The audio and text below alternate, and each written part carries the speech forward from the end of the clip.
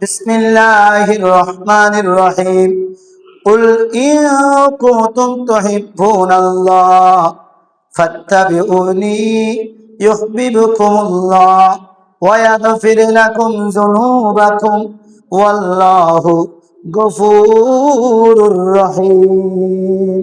মুসল্লিয়ান ইকরাম, আল্লাহ রাব্বুল আলামিন পবিত্র কালামে পাকে 3 নম্বর পারা 13 নম্বর পৃষ্ঠা সূরাত আলী ইমরান 31 নম্বর আয়াত, কুল ইন কুনতুম তুহিব্বুনাল্লাহ, আল্লাহ বলেন আল্লাহর নবীকে, হে নবী আপনি বলে দিন আল্লাহ আমি কাদেরকে বলে দেব।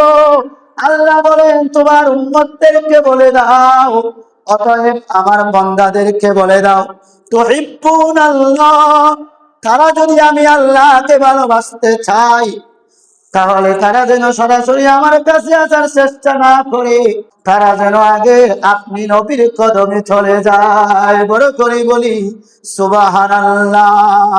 ওয়া ইয়াগফির লাকুম যুনুবাকুম, তারা যদি আমাকে ভালোবাসার জন্য, আমাকে পাওয়ার জন্য যদি আপনি নবীকে রাজি করতে পারে তাহলে আমি আল্লাহ তাদেরকে ভালোবাসবো।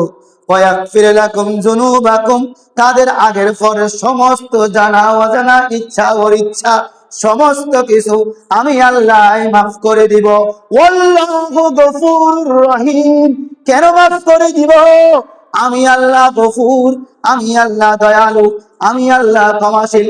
বান্দা যদি না বুঝে, বান্দা যদি কষ্টের মধ্যে পড়ে যদি অপরাধ করে, যদি আপনি নবীর কদমে গিয়ে যদি আরজি জানাই, আপনি নবী যদি ওই বান্দার উপর রাজি হন তাহলে আমি আল্লাহ ওই বান্দার উপর রাজি হয়ে যায়। বড় করে বলি সুবহানাল্লাহ।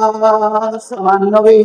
বুখারী শরীফের একটি হাদিস, قال رسول الله صلى الله تعالى عليه وسلم من أطاعني فقد أطاع الله ومن عصاني فقد عصى الله।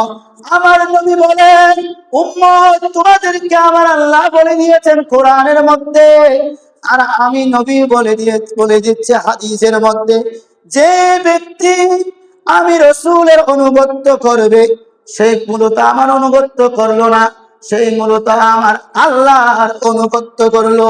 ওমান আসানি, যে ব্যক্তি আমার অবাধ্য হলো, ফাকাদ আসানি আল্লাহ, সেই মূলত আমার অবাধ্য হয় নাই, সে আমার আল্লাহর অবাধ্য হয়েছে। বড় করে বলি নাউজুবিল্লাহ।